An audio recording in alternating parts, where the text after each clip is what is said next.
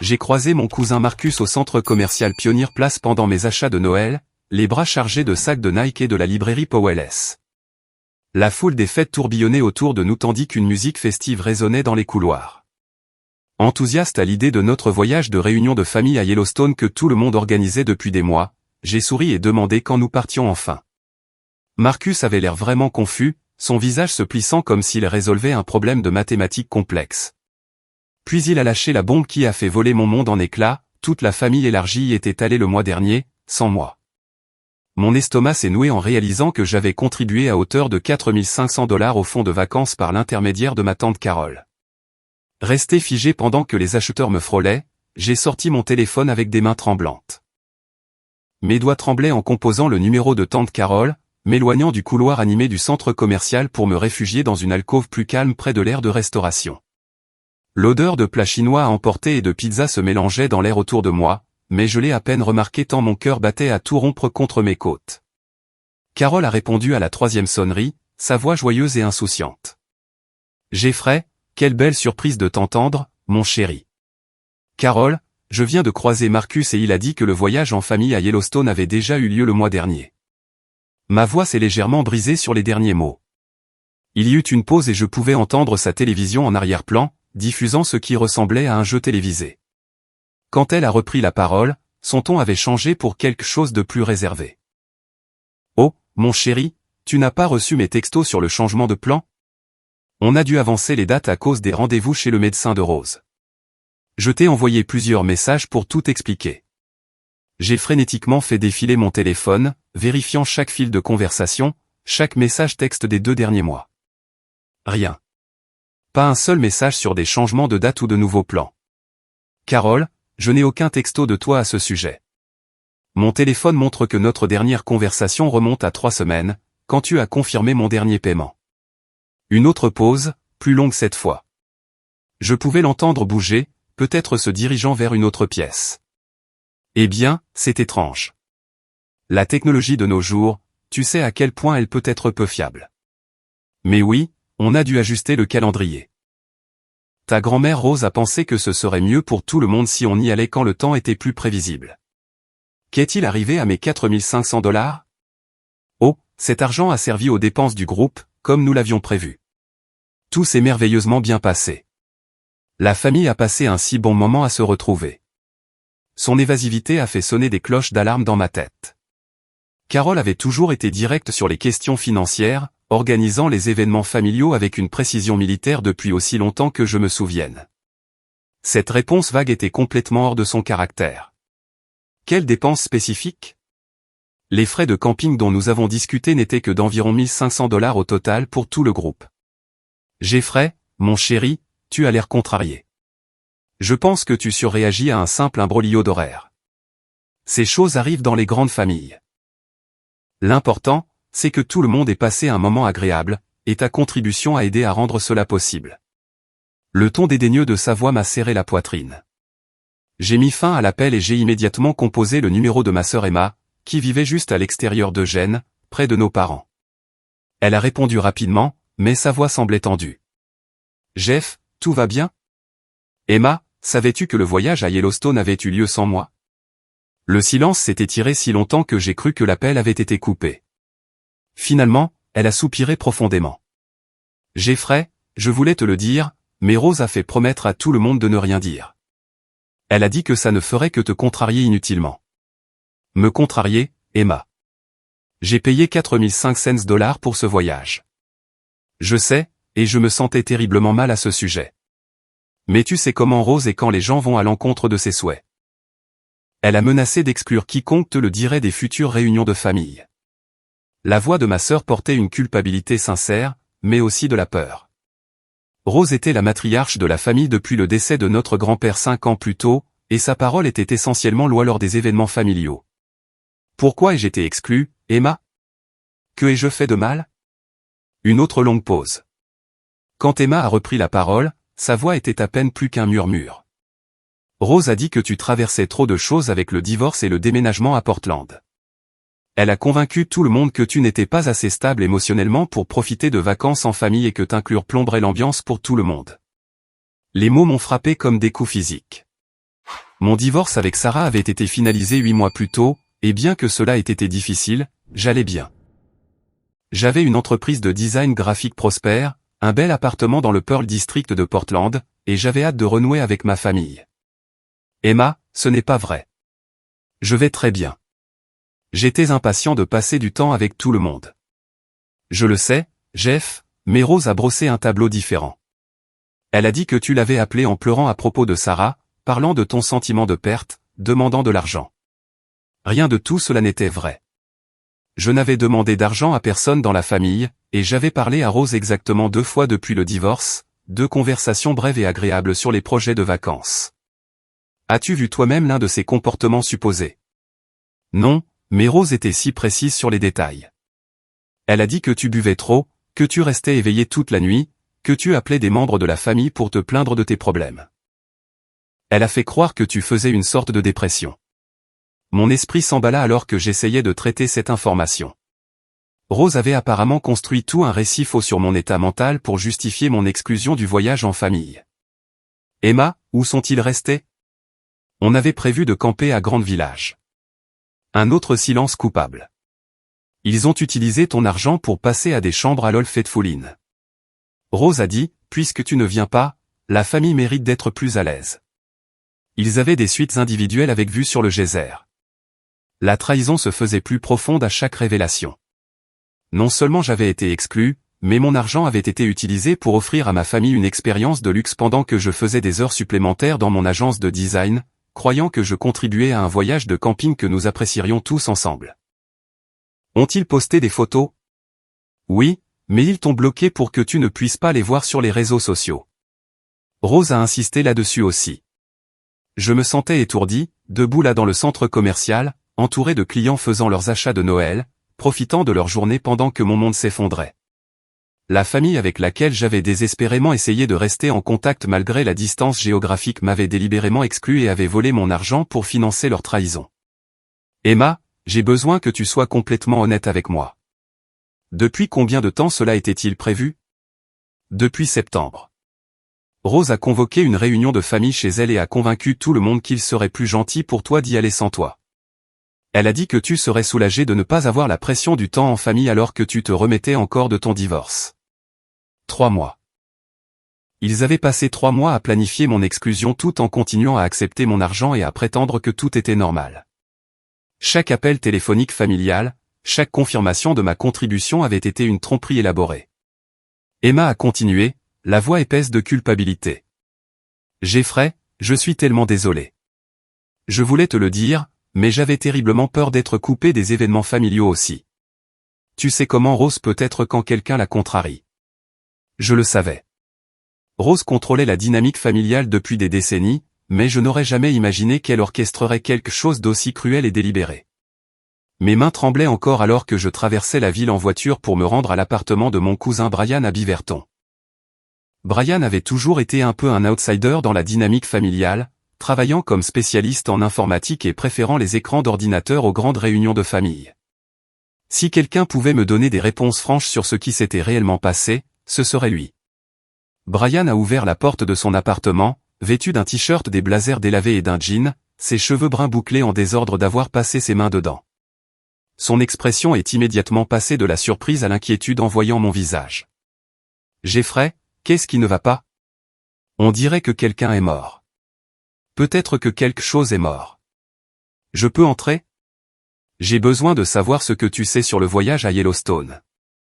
L'appartement de Brian reflétait sa personnalité, propre, organisée, avec plusieurs moniteurs d'ordinateur allumés sur un grand bureau dans le coin. Il m'a fait signe de m'asseoir sur son canapé en cuir noir pendant qu'il prenait 2 bouteilles de Coca-Cola dans son réfrigérateur. Je me demandais quand cette conversation aurait lieu, a-t-il dit en s'installant dans son fauteuil de bureau et en le tournant pour me faire face. Tu savais que j'étais exclu. Je le savais et j'ai tout documenté. Brian a sorti son téléphone et a ouvert une application d'enregistrement. Jeffrey, ce que je vais te montrer va te mettre en colère, mais tu dois savoir la vérité sur ce qui se passe dans cette famille. Mon estomac s'est noué alors que Brian faisait défiler son téléphone. Que veux-tu dire par documenter? Rose est devenue de plus en plus autoritaire et manipulatrice au cours des 2 dernières années, surtout depuis ton divorce. J'ai commencé à enregistrer les conversations familiales parce que je sentais que quelque chose comme ça finirait par arriver. Brian a touché l'écran et soudain la voix de Rose a rempli la pièce, claire et sans équivoque. L'enregistrement provenait d'une réunion de famille chez elle et je pouvais entendre plusieurs voix familières en arrière-plan. Le divorce de Jeffrey prouve qu'il ne peut pas prendre de bonnes décisions, a dit la voix de Rose avec autorité. Il a abandonné sa femme, s'est éloigné de sa famille, et maintenant il essaie de racheter sa place dans nos bonnes grâces avec cet argent pour les vacances. Eh bien, on prendra son argent, mais ça ne veut pas dire qu'il a gagné le droit de perturber notre temps en famille. Je me suis senti mal en entendant la voix de ma grand-mère parler de moi avec un tel dédain et une telle manipulation. Mais il y en avait plus. Le garçon a toujours été égoïste, a poursuivi Rose. Même enfant, il pensait qu'il valait mieux que nous tous. Son déménagement à Portland n'a fait que le confirmer. Il se croit trop sophistiqué pour Eugène, trop réussi pour sa propre famille. Mère, ce n'est pas juste. J'ai entendu la voix de mon père protester faiblement. Jeffrey a toujours été respectueux et généreux avec la famille. David, tu es trop indulgent avec lui parce que c'est ton fils. Mais j'ai vu comment il nous regarde, comme si nous étions des embarras de petite ville. Ce divorce n'est que le dernier exemple de son mauvais jugement et de son égoïsme. Brian a mis l'enregistrement en pause. Il y a des heures de ça, Jeffrey.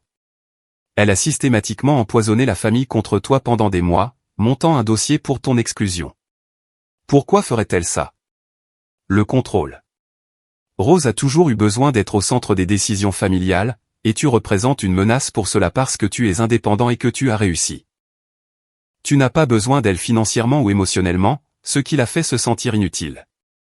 Brian a joué un autre enregistrement, celui-ci plus récent d'après l'horodatage. Jeffrey est tellement désespéré de se sentir important qu'il a jeté de l'argent sur ses vacances sans même demander ce dont nous avions vraiment besoin. La voix de Rose a poursuivi son assassinat de caractère. 4 500 $, comme s'il exhibait sa réussite de grande ville. Eh bien, on mettra cet argent à bon usage, en améliorant nos hébergements. Considérez ça comme un don à la famille qu'il a abandonnée. Entendre ma contribution décrite comme une vantardise alors que j'avais fait des sacrifices pour contribuer à ce montant m'a brûlé la poitrine de colère. J'avais travaillé sur des projets indépendants supplémentaires et j'avais renoncé à plusieurs achats personnels pour me permettre de payer ma part de ce que je pensais être une expérience familiale significative. Il y a plus, a dit Brian sombrement. Elle ne t'a pas seulement exclu. Elle a spécifiquement prévu d'utiliser ton argent pour des améliorations tout en s'assurant que tu ne puisses pas participer. L'enregistrement suivant était encore plus accablant. La voix de Rose donnait des instructions à tante Carole sur la façon de gérer mes paiements continus. Continue d'accepter l'argent de Jeffrey, mais ne lui donne aucun détail réel sur la planification. S'il pose des questions, dis simplement que tout est en cours de traitement et qu'il recevra des informations plus près de la date de départ. Le garçon est si désireux de plaire et d'être inclus qu'il n'insistera pas trop. N'est-ce pas malhonnête, Rose? La voix de Carole semblait incertaine. C'est pratique. Jeffrey a besoin d'apprendre que la loyauté familiale n'est pas quelque chose que l'on peut racheter. Son argent nous offrira de belles vacances, et peut-être que la leçon l'aidera à devenir moins égoïste à l'avenir. J'ai regardé Brian avec incrédulité. Elle a planifié ça pendant des mois, continuant à prendre mon argent tout en n'ayant aucune intention de m'inclure. Ça empire. Elle a aussi convaincu tes parents que t'exclure était pour ton propre bien, que tu étais trop fragile émotionnellement pour le temps en famille. Mais écoute ce qu'elle a dit quand il n'était pas là. Brian a joué un enregistrement où Rose parlait à ce qui ressemblait à Marcus et tante Carole. Jeffrey n'est pas du tout fragile. Il s'épanouit à Portland, ce qui est exactement le problème. Il a pris la grosse tête, est devenu trop indépendant. Cette exclusion lui rappellera que la famille compte plus que sa vie de citadin chic et le succès de son entreprise de design. La manipulation était à couper le souffle dans sa cruauté et son calcul. Rose avait convaincu certains membres de la famille que j'étais trop faible pour gérer des vacances tout en me reprochant simultanément d'être trop fort et indépendant. Brian, pourquoi ne m'as-tu pas prévenu? J'ai essayé d'être subtil à ce sujet, en demandant si tu avais eu des nouvelles du comité de planification, en mentionnant que je n'avais pas reçu d'itinéraire détaillé. J'espérais que tu comprendrais les indices, mais Rose était si douée pour contrôler le flux d'informations. Brian m'a montré des captures d'écran de messages textes où il avait essayé de m'alerter indirectement. Des messages que je réalisais maintenant être des tentatives pour m'aider à découvrir la vérité avant qu'il ne soit trop tard. Il y a une dernière chose que tu dois savoir, a dit Brian, sa voix devenant plus sérieuse. Il ne s'agit pas seulement de contrôle ou de conflit de personnalité. Je pense que Rose vole de l'argent à la famille depuis des années. Que veux-tu dire? Elle a toujours été secrète sur les finances familiales, prétendant gérer l'argent pour le bien de tous, mais certaines de ces histoires ne tiennent pas la route. Elle a parlé de difficultés financières tout en ayant toujours de l'argent pour des achats coûteux et des rénovations. Brian a ouvert un carnet sur son ordinateur où il avait suivi les incohérences dans les déclarations financières de Rose. Elle a dit à tes parents qu'elle avait besoin d'aide pour des frais médicaux, mais je ne l'ai jamais vue avoir du mal à payer quoi que ce soit. Elle a dit à tante Carole que la fiducie familiale de ton grand-père était épuisée, mais elle a fait des références à de l'argent qui suggèrent le contraire. La possibilité que la manipulation de Rose s'étende au-delà du contrôle émotionnel au vol financier m'a fait serrer les poings. Si elle volait des membres de sa famille tout en se présentant comme une femme âgée en difficulté, l'enjeu était bien plus important que des vacances. Jeffrey, je pense que ton exclusion de ce voyage n'était pas seulement une question de contrôle. Je pense que Rose avait peur que tu commences à poser des questions sur les finances familiales auxquelles elle ne veut pas répondre. Le trajet de retour à Eugène ressemblait à un voyage dans une tempête que j'avais évité toute ma vie. Armé des preuves et des enregistrements de Brian, je savais que je ne pouvais pas laisser cette trahison sans confrontation. Mais je comprenais aussi que défier Rose signifiait potentiellement perdre ma relation avec toute ma famille. Le dîner du dimanche chez mes parents était une tradition depuis des années, même après mon déménagement à Portland. Je descendais tous les mois pour maintenir les liens, apportant du vin ou un dessert, aidant aux travaux de jardinage, essayant de combler la distance géographique par une présence constante. Aujourd'hui serait différent. Mes parents vivaient dans une modeste maison de plain-pied dans un quartier calme près du campus de l'Université de l'Oregon. La vue familière du pick-up Toyota de mon père dans l'allée et des nains de jardin de ma mère le long du trottoir apportait habituellement du réconfort. Aujourd'hui, tout semblait entaché de tromperie. J'ai frappé au lieu d'utiliser ma clé, un changement petit mais significatif qui annonçait que ce n'était pas une visite familiale normale. Ma mère, Linda, a ouvert la porte, ses cheveux grisonnants tirés en arrière dans sa queue de cheval habituelle du dimanche, portant le tablier à fleurs que je lui avais offert pour la fête des mères 2 ans plus tôt. Jeffrey, quelle merveilleuse surprise. On ne t'attendait pas aujourd'hui. J'ai besoin de parler à la famille du voyage à Yellowstone. Son visage a immédiatement changé, la chaleur s'estompant de son expression, remplacée par quelque chose qui ressemblait à de la panique. Oh, mon chéri, ne gâchons pas le dîner avec de vieilles nouvelles. Entre et parle-nous de tes projets de design. Maman, c'est important. Je sais ce qui s'est passé, et nous devons en discuter honnêtement. Le salon contenait le rassemblement habituel du dimanche. Mon père David lisant le Register-Guard dans son fauteuil. Grand-mère Rose assise royalement sur le canapé avec son tricot, tante Carole triant ce qui ressemblait à des photos de famille sur la table basse, et ma sœur Emma avec son mari Tyler partageant le causeuse. La conversation s'est arrêtée quand je suis entré et le silence était lourd de culpabilité et d'anticipation non exprimée. J'ai croisé Marcus hier au centre commercial, ai-je commencé, debout près de la cheminée où des photos de famille affichaient des temps plus heureux. Il m'a parlé du voyage à Yellowstone que vous avez tous fait le mois dernier. Rose a levé les yeux de son tricot avec une innocence étudiée. Oh, ces belles vacances. Quel dommage que tu n'aies pas été disponible pour nous rejoindre, mon cher. Mais ton emploi du temps est si chargé. On ne m'a jamais parlé de changement de date, Rose. Et j'ai contribué à hauteur de $4 500 pour un voyage dont j'ai été délibérément exclu. La température dans la pièce a semblé chuter de 10 degrés. Mon père a posé son journal et tante Carole a cessé de trier les photos. Le visage d'Emma est devenu rouge d'embarras. Jeffrey, ne faisons pas de scène, a dit Rose du ton qu'elle utilisait pour contrôler les discussions en classe pendant ses décennies en tant que directrice d'école. La planification familiale peut être compliquée, et parfois des malentendus se produisent. Ce n'était pas un malentendu. J'ai sorti mon téléphone et j'ai joué l'un des enregistrements de Brian. La voix de Rose a rempli la pièce. Le divorce de Jeffrey prouve qu'il ne peut pas prendre de bonnes décisions.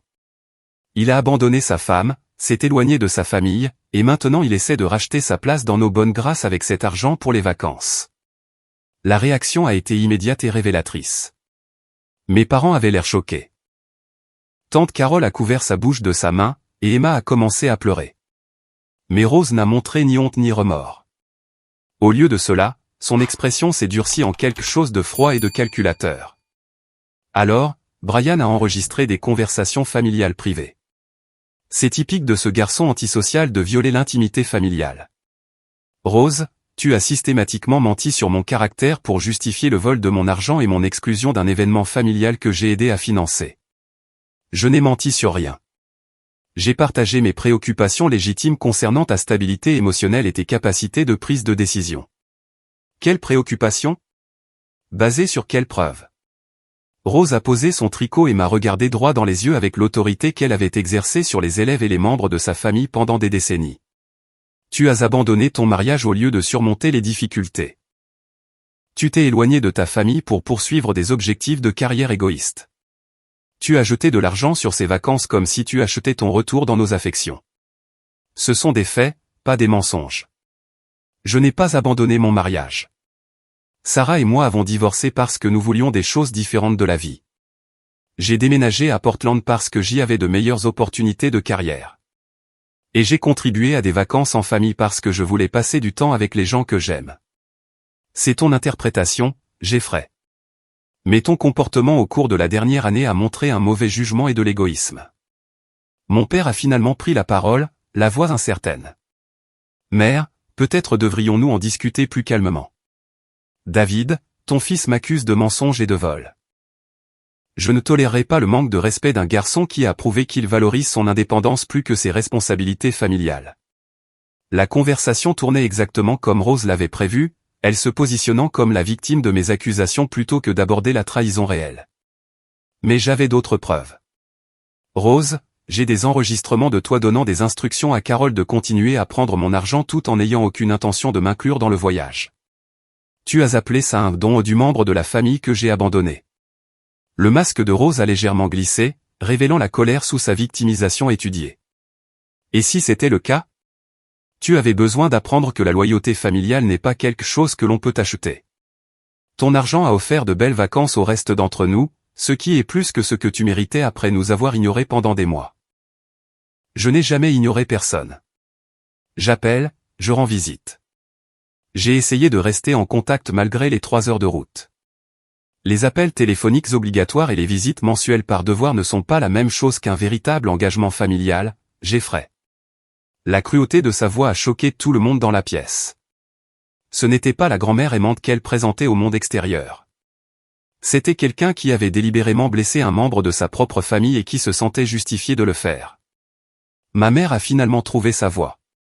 Mère Rose, cela ne ressemble pas à un malentendu.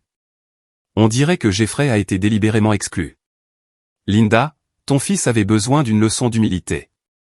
Son divorce et son déménagement à Portland ont montré qu'il se croit meilleur que sa famille. Parfois, l'amour vache exige des décisions difficiles. Voler l'argent de quelqu'un n'est pas de l'amour vache, ai-je dit, la voix s'élevant. C'est du vol et de la trahison. Rose s'est levée brusquement, sa petite silhouette commandant d'une manière ou d'une autre l'attention de tout le monde dans la pièce. Je maintiens cette famille unie depuis la mort de ton grand-père. Je prends des décisions difficiles qui servent le bien commun plutôt que l'égoïsme individuel. Si tu ne peux pas apprécier les sacrifices que j'ai faits, peut-être devrais-tu reconsidérer si tu as ta place dans cette famille. La menace était claire et calculée. Rose disait essentiellement que remettre en question ses actions signifiait risquer l'expulsion des relations familiales. Je pouvais voir la peur sur les visages de mes parents alors qu'ils réalisaient qu'ils pourraient être forcés de choisir entre leur fils et la femme qui contrôlait la dynamique familiale. Mais Rose n'avait pas terminé. Elle s'est dirigée vers un tiroir de la table d'appoint et en a sorti un petit carnet. Puisque nous partageons des informations privées aujourd'hui, peut-être que la famille devrait connaître certains des autres comportements préoccupants de Jeffrey. Elle a ouvert le carnet et a commencé à lire des entrées qui m'ont glacé le sang. 15 septembre, Jeffrey a appelé Rose en pleurant à propos de ses problèmes financiers, demandant à emprunter $2000 pour le loyer. 22 septembre, Jeffrey a fait des commentaires inappropriés sur le nouveau petit ami de Sarah à la fête d'anniversaire de Carole. 3 octobre, Jeffrey a été impoli avec les Henderson à l'église, embarrassant le nom de la famille. Aucun de ces incidents ne s'était produit. Je n'avais pas appelé Rose pour demander de l'argent. Je n'avais pas assisté à la fête d'anniversaire de Carole, et je n'étais pas allé à l'église avec la famille depuis Pâques. Rose avait fabriqué toute une histoire de mauvais comportements pour justifier son traitement à mon égard. Rose, rien de tout ça n'est vrai. Je peux prouver où j'étais à ces dates. Jeffrey, manipuler les membres de ta famille qui essaient de t'aider n'est pas un comportement sain. La manipulation était magistrale et terrifiante. Rose avait créé des preuves fictives de mes prétendus problèmes tout en positionnant tout déni comme une preuve supplémentaire de mon instabilité. Ma sœur Emma a finalement parlé à travers ses larmes. Rose, j'étais à la fête d'anniversaire de maman. Jeffrey n'était pas là. L'expression de Rose s'est assombrie alors qu'elle réalisait que sa chronologie fabriquée avait un témoin qui pouvait la contredire. Emma, ta mémoire est peut-être confuse. Les événements familiaux peuvent se mélanger avec le temps. Non, Rose. Jeffrey a envoyé une belle carte et des fleurs, mais il n'était pas physiquement présent parce qu'il travaillait sur un projet client majeur. Je m'en souviens parce que nous avons parlé de son absence. La première fissure est apparue dans l'armure de Rose alors que le témoignage d'Emma contredisait directement les preuves fabriquées. Mais au lieu de reculer, Rose a redoublé d'intensité vicieuse. Eh bien, peut-être que cette réunion de famille aidera tout le monde à comprendre exactement qui est Jeffrey. Quelqu'un qui enregistre des conversations privées, accuse des membres de sa famille âgés de vol et perturbe l'harmonie familiale avec des demandes égoïstes d'attention. La pièce a éclaté en voix concurrente alors que les membres de la famille ont commencé à prendre parti, certains défendant la version des événements de Rose, tandis que d'autres remettaient en question sa manipulation de plus en plus évidente. Mais j'ai réalisé que cette confrontation avait révélé quelque chose de bien plus grave qu'une tromperie sur la planification de vacances. Rose avait systématiquement construit de faux récits sur mon caractère pendant des mois, voire des années, préparant le terrain pour mon exclusion éventuelle des relations familiales. Le voyage à Yellowstone n'était que le début d'une campagne plus large visant à me retirer complètement de la dynamique familiale. Le dîner de famille s'était terminé dans le chaos, mes parents déchirés entre leur fils et la femme qui avait contrôlé les décisions de leur famille pendant des années. J'ai quitté Eugène en me sentant émotionnellement vidé, mais déterminé à comprendre toute l'étendue de la manipulation de Rose. Les enregistrements de Brian avaient révélé des irrégularités financières qui nécessitaient une enquête professionnelle. Le lundi matin m'a trouvé dans le bureau de Jake Harrison, un avocat spécialisé en droit de la famille que j'avais rencontré lors d'événements de réseautage professionnel, dans le centre-ville de Portland.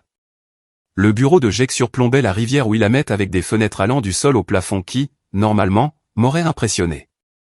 Aujourd'hui, j'ai à peine remarqué la vue alors que j'étalais les preuves de la tromperie de Rose sur sa table de conférence. Jake avait à peu près mon âge, avec des cheveux prématurément gris qui lui donnaient un air de sagesse au-delà de ses années.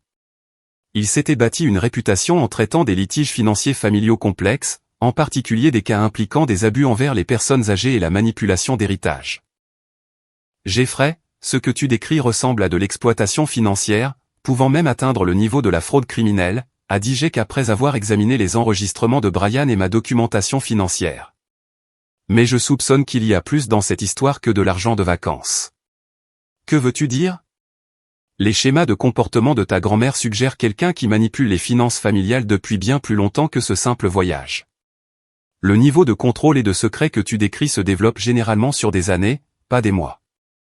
Jake a sorti un bloc-notes juridique et a commencé à poser des questions détaillées sur le rôle financier de Rose dans les décisions familiales.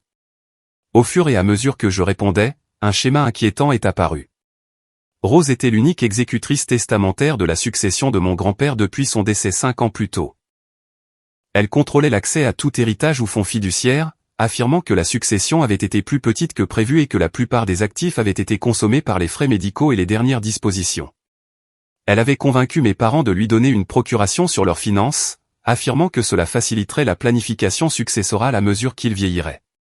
Mon père, maintenant âgé de 62 ans, avait accepté à contre-cœur après que Rose ait suggéré que ne pas planifier correctement serait un fardeau pour leurs enfants. Rose avait organisé et contrôlé le financement de tous les grands événements familiaux au cours des dernières années, collectant toujours de l'argent auprès des membres de la famille, mais ne fournissant jamais de comptabilité détaillée de l'utilisation des fonds.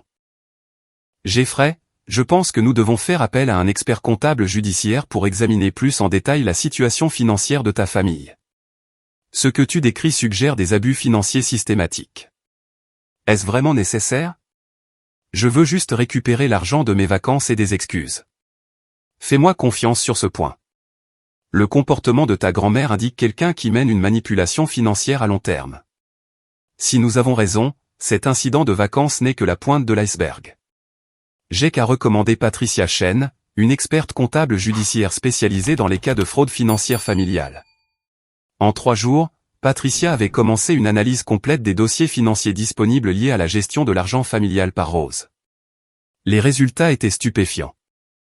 Les conclusions préliminaires de Patricia ont révélé que mon grand-père avait en fait laissé un fonds fiduciaire substantiel spécifiquement destiné aux dépenses importantes de la vie de ses petits-enfants, études universitaires, mariage, achat de maison et expériences familiales comme les vacances.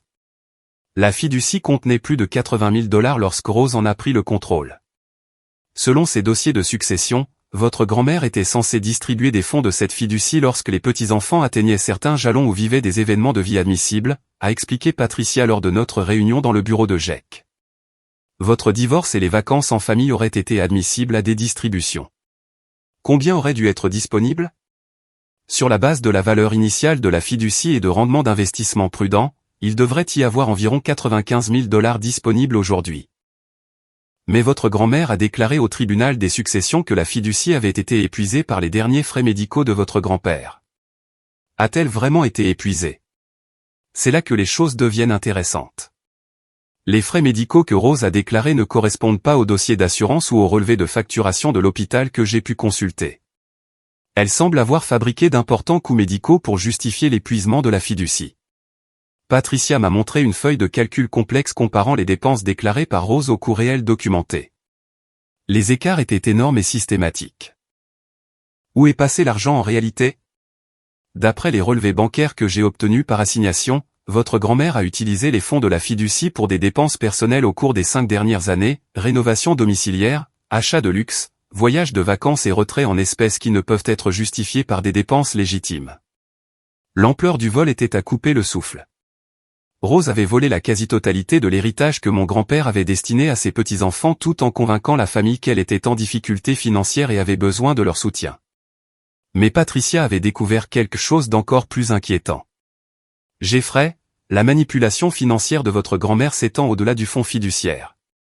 Elle a systématiquement volé plusieurs membres de sa famille en utilisant sa procuration et sa position de coordinatrice financière pour les événements familiaux.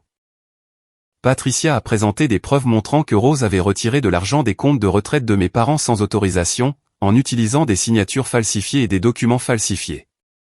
Elle avait convaincu tante Carole de contracter des prêts pour des événements familiaux au lieu d'utiliser les fonds familiaux disponibles que Rose contrôlait secrètement. Le plus choquant de tout, c'est que Rose avait mis en place un système sophistiqué de cavalerie bancaire, utilisant son accès à plusieurs comptes bancaires familiaux pour couvrir des retraits non autorisés et masquer le vol de fonds sur plusieurs années. Combien d'argent au total? Les estimations préliminaires suggèrent que votre grand-mère a volé environ 130 000 $ à divers membres de sa famille au cours des 8 dernières années. Le nombre était si grand que j'ai eu du mal à le traiter. Rose avait systématiquement volé sa propre famille tout en se positionnant comme leur protectrice et conseillère financière. Patricia, il y a autre chose, est intervenu Jack. Nous avons découvert que Rose a falsifié des signatures sur des documents juridiques et a frauduleusement revendiqué une procuration sur des comptes qui ne lui appartiennent pas. Ce n'est plus seulement du vol. Ce sont des crimes fédéraux.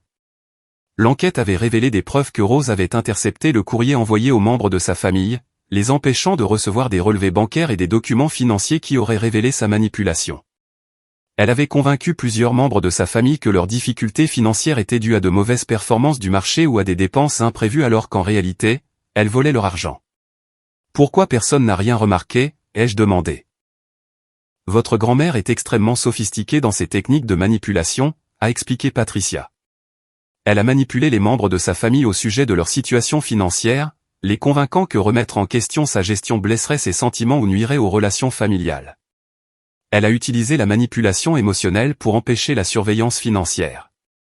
Patricia avait également découvert que Rose avait fait chanter des membres de sa famille avec des secrets fabriqués, utilisant des menaces d'embarras ou d'exclusion familiale pour les empêcher d'examiner de trop près les dossiers financiers. Les preuves comprenaient des documents falsifiés, des notes de frais falsifiées et des communications par courrier électronique où Rose avait coordonné sa tromperie simultanément sur plusieurs relations familiales. Jeffrey, votre exclusion des vacances en famille n'était pas seulement une question de contrôle, a conclu Jack. Votre grand-mère avait peur que votre inclusion puisse conduire à des questions sur les finances familiales auxquelles elle ne pourrait pas répondre. Vous représentez la plus grande menace pour ces combines financières parce que vous êtes éduqué, que vous avez réussi et que vous êtes assez indépendant pour enquêter sur les divergences. La prise de conscience m'a frappé comme un coup physique. Ma prétendue instabilité émotionnelle et ma déloyauté familiale avaient été fabriquées spécifiquement pour me discréditer avant toute enquête financière. Rose s'était préparée pendant des mois à me présenter comme une source peu fiable si jamais je découvrais son vol. Que faisons-nous maintenant ?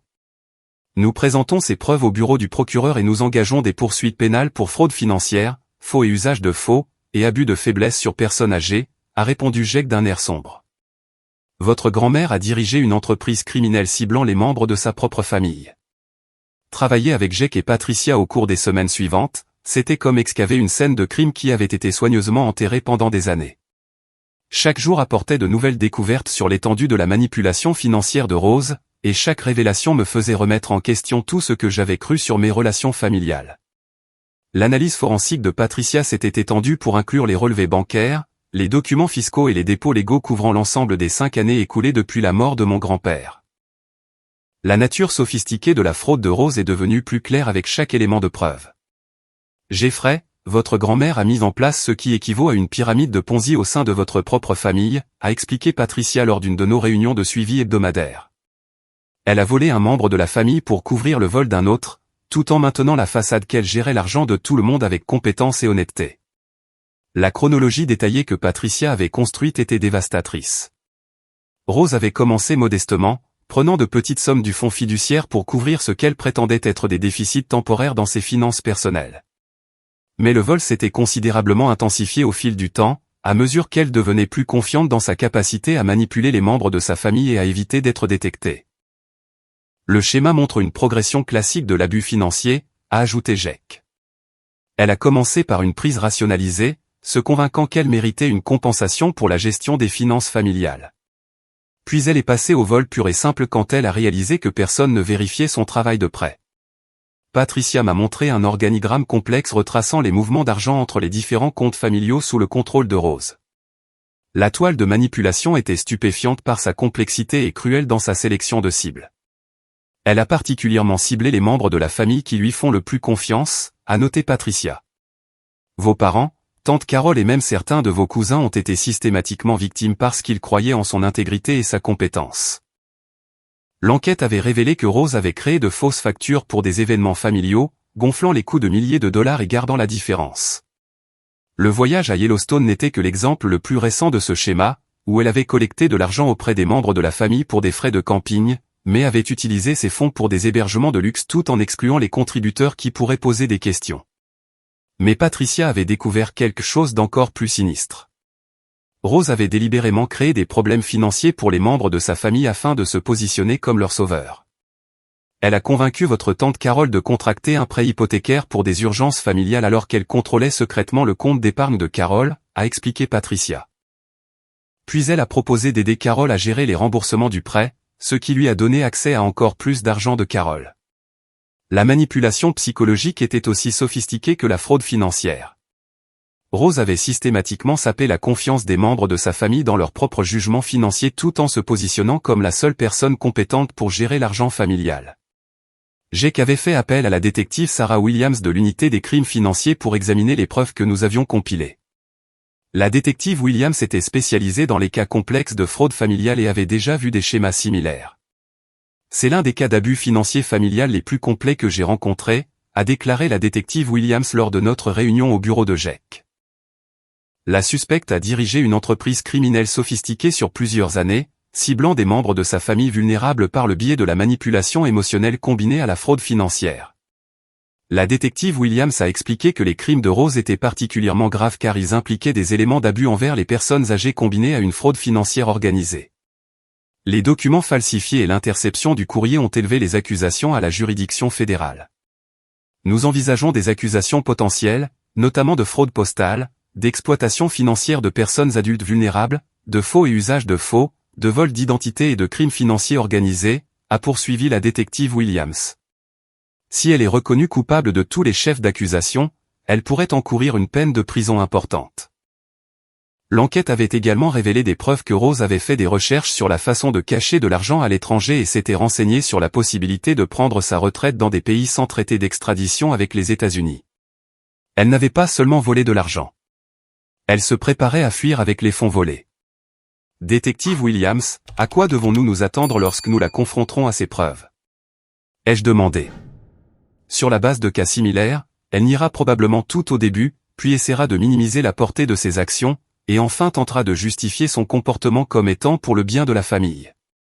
Les abuseurs financiers croient souvent à leur propre rationalisation et ont du mal à accepter la responsabilité, même lorsqu'ils sont confrontés à des preuves accablantes. Jake avait coordonné avec le bureau du procureur pour préparer des accusations formelles.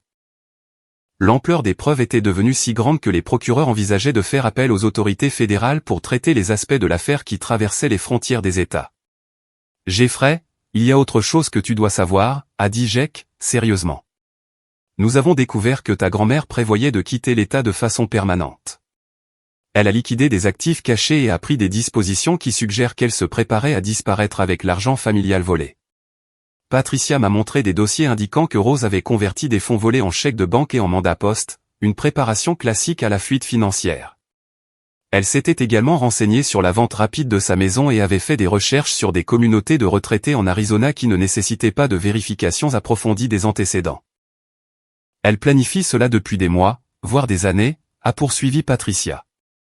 L'exclusion du voyage à Yellowstone a peut-être été son dernier test pour voir si les membres de sa famille remettraient en question sa gestion financière. Lorsque personne ne l'a sérieusement contesté, elle s'est probablement sentie assez confiante pour poursuivre son plan d'évasion. La révélation que Rose se préparait à abandonner la famille après avoir volé tout ce qu'elle pouvait a peut-être été la découverte la plus douloureuse de toutes. Ce n'était pas un vol impulsif ou un déclin moral progressif. C'était une planification calculée à long terme pour trahir tous ceux qui lui faisaient confiance. La détective Williams avait obtenu des mandats de perquisition pour la maison et les comptes bancaires de Rose. La perquisition avait révélé des documents cachés, des papiers falsifiés supplémentaires et des preuves de planification financière qui confirmaient son intention de fuir avec les fonds volés. Nous avons trouvé des carnets détaillant ses plans pour liquider les actifs familiaux restants et disparaître en Arizona sous une autre identité, a rapporté la détective Williams. Ce n'est plus seulement de la fraude financière. C'est du crime organisé avec l'intention de priver de façon permanente les victimes de leurs biens. L'ampleur de la planification de Rose était à couper le souffle et terrifiante. Elle avait méthodiquement détruit les relations familiales tout en volant l'argent de la famille, tout en se préparant à s'échapper et à laisser ses victimes découvrir le vol après sa disparition. « Quand l'arrêtons-nous » ai-je demandé. « Nous nous coordonnons avec les procureurs pour programmer l'arrestation afin de préserver au maximum les preuves », a répondu la détective Williams. « Nous voulons l'attraper avant qu'elle ne puisse détruire des preuves supplémentaires ou accélérer son plan d'évasion. » Jake m'a prévenu que l'arrestation et les procédures judiciaires qui s'ensuivraient seraient émotionnellement difficiles pour toute la famille. De nombreux membres de la famille croyaient encore en l'innocence de Rose et auraient du mal à accepter les preuves de sa trahison. « Jeffrey, ta famille va traverser un processus de deuil similaire au deuil d'une mort, » a expliqué Jake. La grand-mère qu'il pensait connaître n'a essentiellement jamais existé. La femme qui a contrôlé les relations familiales est une criminelle sophistiquée qui a systématiquement victimisé les personnes qu'il aimait et lui faisait confiance. Alors que nous nous préparions à la confrontation et à l'arrestation, j'ai réalisé qu'exposer les crimes de Rose guérirait certaines relations familiales tout en endommageant potentiellement d'autres. Certains membres de ma famille pourraient ne jamais me pardonner d'avoir initié l'enquête qui a envoyé leur matriarche bien-aimée en prison, même si cette enquête les avait sauvés d'une victimisation continue. Mais j'ai aussi compris que permettre à Rose de continuer ses crimes aurait finalement détruit la famille de toute façon. Son vol s'intensifiait, sa manipulation devenait plus extrême, et son plan d'évasion aurait laissé tout le monde dévasté et financièrement ruiné. Le courage d'exposer la vérité, même lorsque cette vérité était douloureuse et destructrice, était le seul moyen de sauver ce qui pouvait être sauvé des relations familiales authentiques. La confrontation a eu lieu un froid matin de novembre à la maison de Rose, le même endroit où elle avait orchestré des mois de manipulation contre moi. Jake s'était coordonné avec la détective Williams pour donner à Rose une dernière occasion d'avouer et de coopérer avant que les procédures d'arrestation formelles ne commencent. La maison de Rose se trouvait dans une rue calme bordée de chênes matures, leurs branches maintenant nues dans l'air de fin d'automne. La modeste maison de plain-pied avait toujours représenté pour moi la stabilité et la tradition familiale. Aujourd'hui, elle ressemblait à une scène de crime. Présent pour la confrontation, il y avait mes parents, ma tante Carole, ma sœur Emma, mon cousin Brian, la détective Williams et moi-même. Jake est resté à l'extérieur, se coordonnant avec des officiers de renfort au cas où Rose tenterait de fuir ou de détruire des preuves. Rose a ouvert sa porte d'entrée, vêtue d'un pull lavande et de son expression confiante habituelle, mais j'ai remarqué que ses mains tremblaient légèrement en reconnaissant la nature inhabituelle de notre rassemblement. Oh là là, quelle belle surprise d'avoir autant de familles en visite en même temps, a-t-elle dit, sa voix maintenant sa chaleur étudiée malgré la tension évidente. Nous nous sommes réunis dans son salon, le même espace où elle avait organisé d'innombrables célébrations familiales et où elle avait systématiquement planifié mon exclusion des relations familiales. La détective Williams a pris la parole, se présentant et expliquant le but de notre visite. Madame Rose Patterson. Nous sommes ici pour discuter des irrégularités que nous avons découvertes dans votre gestion des affaires financières familiales au cours des dernières années. Rose s'est installée dans son fauteuil préféré, gardant son sang-froid, tandis que ses yeux parcouraient la pièce, évaluant les visages des membres de sa famille qu'elle avait manipulés pendant si longtemps. Je suis sûr que toutes les irrégularités ne sont que des malentendus. J'ai toujours essayé de gérer l'argent de la famille avec soin et honnêteté.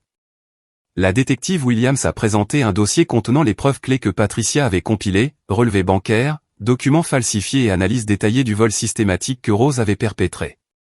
Madame Patterson, notre enquête montre que vous avez volé environ 130 000 $ à des membres de votre famille par le biais d'un accès frauduleux à leur compte, de la manipulation de fonds fiduciaires et d'une tromperie systématique sur les dépenses familiales. Le masque de Rose a commencé à glisser alors qu'elle réalisait l'ampleur des preuves contre elle. Son expression confiante s'est transformée en quelque chose de plus calculateur alors qu'elle évaluait ses options. Détective, je pense qu'il y a eu un malentendu. J'ai aidé les membres de ma famille à gérer leurs finances pendant des années.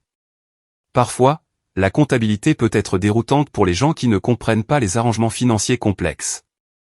Madame Patterson, nous avons des enregistrements de vous planifiant explicitement de voler de l'argent à Jeffrey et de l'exclure d'événements familiaux pour lesquels vous aviez accepté son paiement. Brian s'est avancé et a joué l'un des enregistrements les plus accablants où la voix de Rose déclarait clairement son intention d'utiliser mon argent tout en m'excluant des vacances que j'avais aidé à financer. Rose a écouté sa propre voix sans montrer de remords ni de surprise. Au lieu de cela, elle semblait calculer son prochain coup. Ces enregistrements ont été faits sans ma permission dans ma maison privée. Je ne suis pas sûr qu'ils aient une quelconque validité juridique. La détective Williams a expliqué que les enregistrements avaient été obtenus légalement et étaient recevables comme preuve de fraude et de complot. Elle a ensuite présenté les documents falsifiés que Rose avait créés pour voler des comptes fiduciaires familiaux. Madame Patterson, ces documents contiennent vos signatures falsifiées sur des comptes appartenant à d'autres membres de votre famille. Cela constitue une fraude criminelle et un vol d'identité. Pour la première fois, Rose a montré une peur sincère en réalisant les accusations criminelles auxquelles elle faisait face. Mais au lieu d'avouer ou de montrer des remords, elle s'est lancée dans une tentative désespérée de justifier ses actions. Tout ce que j'ai fait, c'était pour le bien de la famille, a-t-elle déclaré avec l'autorité qu'elle avait exercée pendant des décennies. Je maintiens cette famille unie depuis la mort de mon mari, prenant des décisions difficiles qui servent les intérêts à long terme de tous. Tu as volé de l'argent aux membres de ta propre famille tout en leur mentant sur leur situation financière, a dit mon père, la voix tremblante de colère et de trahison. David, tu n'as jamais compris les complexités de la gestion des ressources familiales. J'ai protégé chacun d'entre vous contre des erreurs financières qui auraient nui à tout le monde. La tentative de justification de Rose est devenue de plus en plus désespérée alors qu'elle réalisait que personne n'acceptait sa rationalisation. Elle a commencé à attaquer des membres de sa famille individuellement, essayant de diviser notre solidarité. Jeffrey a toujours été égoïste et ingrat. Toute cette enquête est sa vengeance pour ne pas avoir été inclus dans des vacances qu'il ne méritait pas de prendre. Maman, Jeffrey n'a pas commencé cette enquête par vengeance, a dit Emma fermement. Il l'a commencé parce que tu as volé son argent et que tu nous as menti sur son caractère pendant des mois. Le sang-froid de Rose a finalement complètement craqué alors qu'elle réalisait que ses décennies de contrôle familial prenaient fin. Elle s'est levée brusquement et a commencé à se diriger vers la cuisine, prétendant qu'elle avait besoin d'eau. La détective Williams a reconnu le comportement comme une tentative de fuite et s'est déplacée pour l'intercepter. Madame Patterson, nous avons besoin que vous restiez dans le salon pendant que nous terminons cet entretien. Je n'ai pas à écouter ces accusations dans ma propre maison, a lancé Rose, sa voix perdant toute prétention de chaleur ou d'autorité. En fait, si, a répondu calmement la détective Williams. Nous avons un mandat pour perquisitionner ces locaux à la recherche de preuves de crimes financiers en cours. La tentative de Rose de s'échapper par sa porte arrière a été rapidement stoppée par les officiers de renfort que Jake avait positionnés autour de la propriété. Alors qu'elle était ramenée dans le salon menottée, elle a lancé une dernière attaque vindicative contre la famille qu'elle avait manipulée pendant si longtemps. Vous le regretterez tous. Jeffrey vous a retourné contre la seule personne qui se souciait réellement de l'avenir de cette famille. Quand je serai parti, vous réaliserez tout ce que j'ai fait pour vous tous. Mais ces paroles sont tombées à plat car toutes les personnes présentes avaient enfin vu sa vraie nature.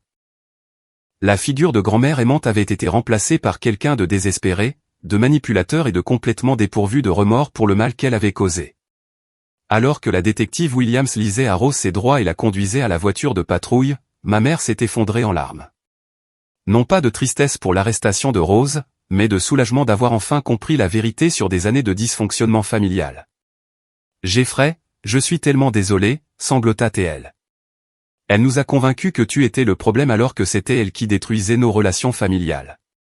La perquisition de la maison de Rose a révélé des preuves supplémentaires de ses crimes, des carnets détaillant ses stratégies de manipulation, de l'argent liquide caché qu'elle avait volé des comptes familiaux et des documents montrant ses plans pour fuir en Arizona avec l'argent volé. Le plus inquiétant de tout, c'est que les enquêteurs ont trouvé une chronologie détaillée que Rose avait créée pour exclure systématiquement différents membres de la famille des rassemblements en fonction de leurs menaces perçues à son contrôle financier. Mon exclusion du voyage à Yellowstone faisait partie d'un plan plus vaste visant à isoler et à retirer les membres de la famille qui pourraient remettre en question son autorité. Rose a été formellement arrêtée et accusée de multiples crimes, notamment de fraude postale, d'exploitation financière, de faux et usage de faux, de vol d'identité et de crimes financiers organisés. Les preuves contre elle étaient si accablantes que les procureurs étaient confiants d'obtenir une condamnation pour tous les chefs d'accusation majeurs. Alors que nous quittions la maison de Rose cet après-midi-là, j'ai ressenti un mélange complexe de soulagement, de tristesse et de justification. La justice était enfin rendue, mais le coup avait été la destruction des illusions familiales et la révélation de la trahison par quelqu'un que nous avions tous aimé et en qui nous avions confiance. 6 mois plus tard, j'étais assis dans la salle d'audience de la juge Margaret Chen, regardant ma grand-mère Rose recevoir sa peine pour les abus financiers systématiques qu'elle avait perpétrés contre notre famille. La femme qui avait autrefois commandé le respect et l'obéissance semblait maintenant petite et frêle dans son uniforme de prison du comté d'Orange. Son autorité était complètement dépouillée. Les paroles de la juge Chen avaient du poids alors qu'elle s'adressait à la cour sur la gravité de la manipulation de la confiance familiale à des fins personnelles. Madame Patterson, vous avez violé les liens les plus sacrés de la loyauté familiale et exploité l'amour et la confiance de personnes qui dépendaient de vous. Vos crimes représentent une profonde trahison des relations familiales et de la décence humaine la plus élémentaire. Rose a été condamnée à 4 ans de prison d'État, suivi de 2 ans de probation sous surveillance. Elle serait également tenue de verser une restitution complète à tous les membres de sa famille qu'elle avait victimisés, ses actifs restants étant liquidés pour compenser son vol. La résolution financière a dépassé nos attentes les plus optimistes. Le travail forensique de Patricia avait découvert des comptes cachés supplémentaires que Rose n'avait pas divulgués, augmentant considérablement le recouvrement total des fonds volés.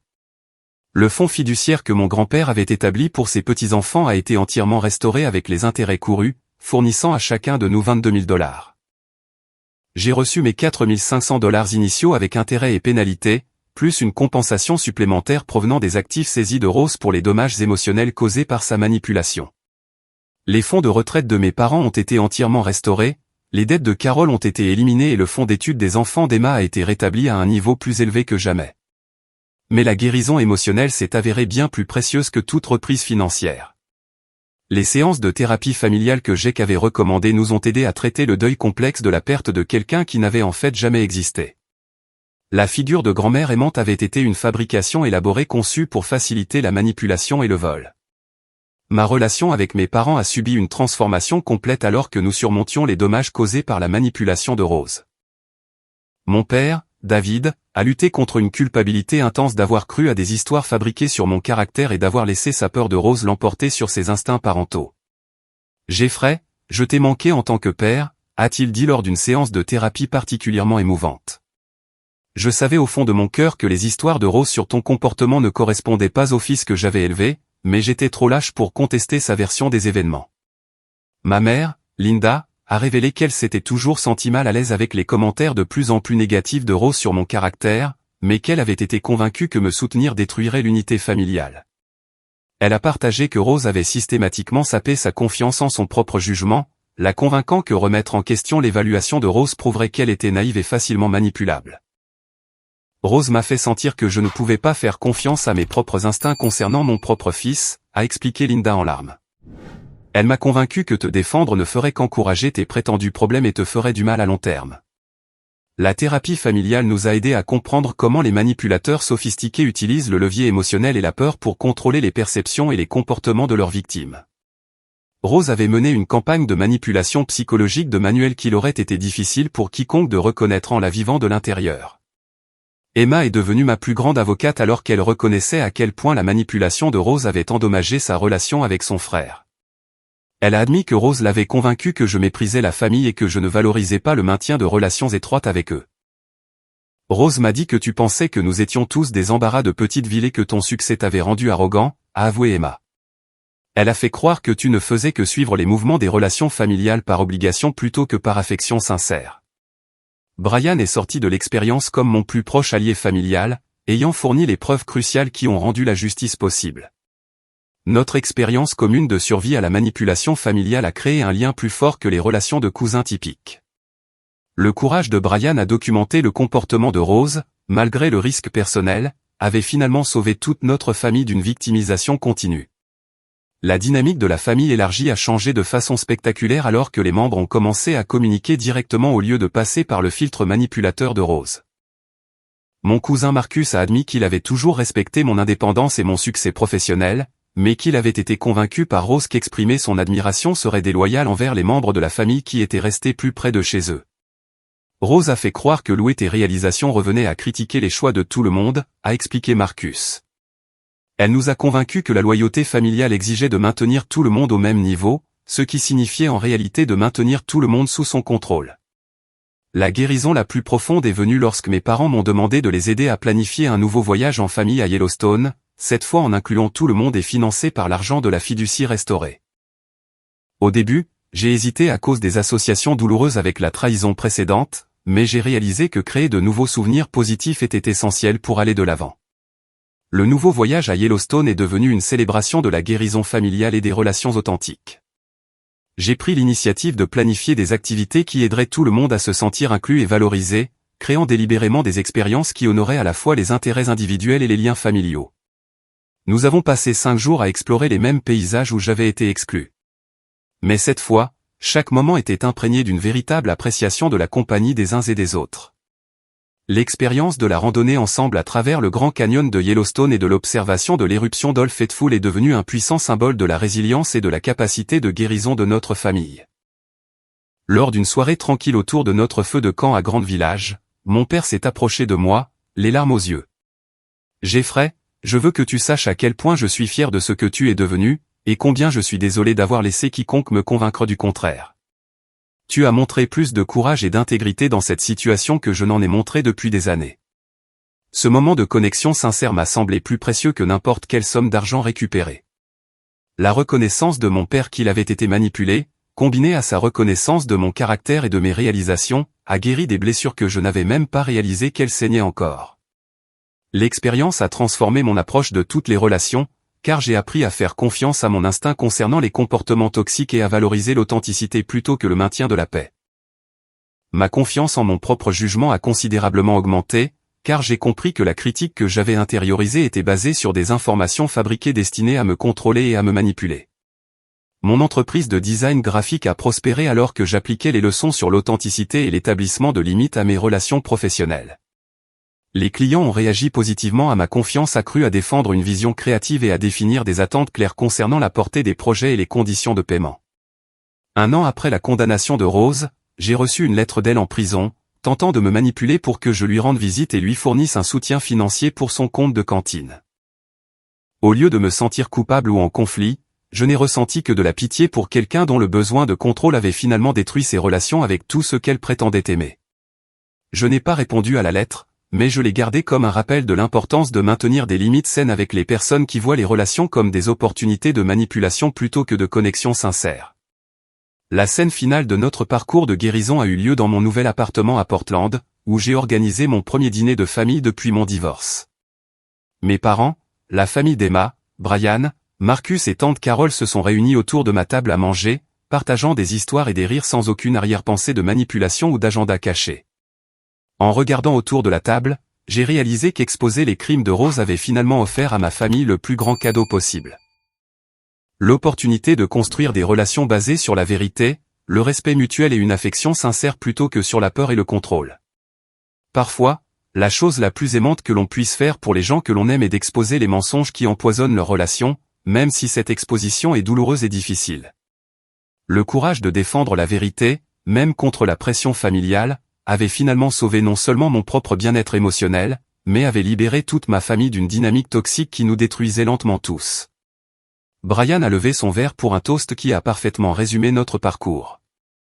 À Jeffrey, qui nous a assez aimés pour nous dire la vérité, même quand la vérité était plus difficile que de continuer à vivre avec des mensonges.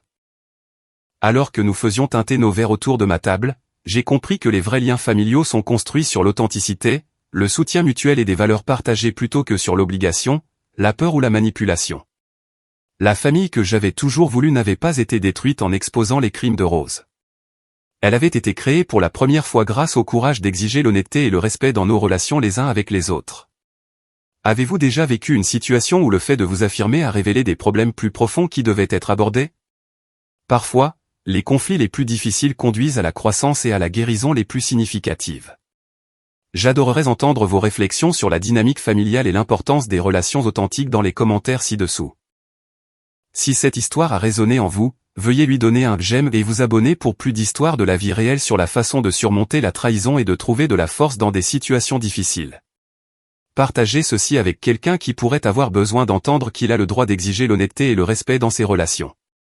Merci d'avoir écouté mon histoire et j'espère qu'elle vous encouragera à faire confiance à votre instinct et à défendre la vérité dans votre propre vie, même lorsque c'est difficile.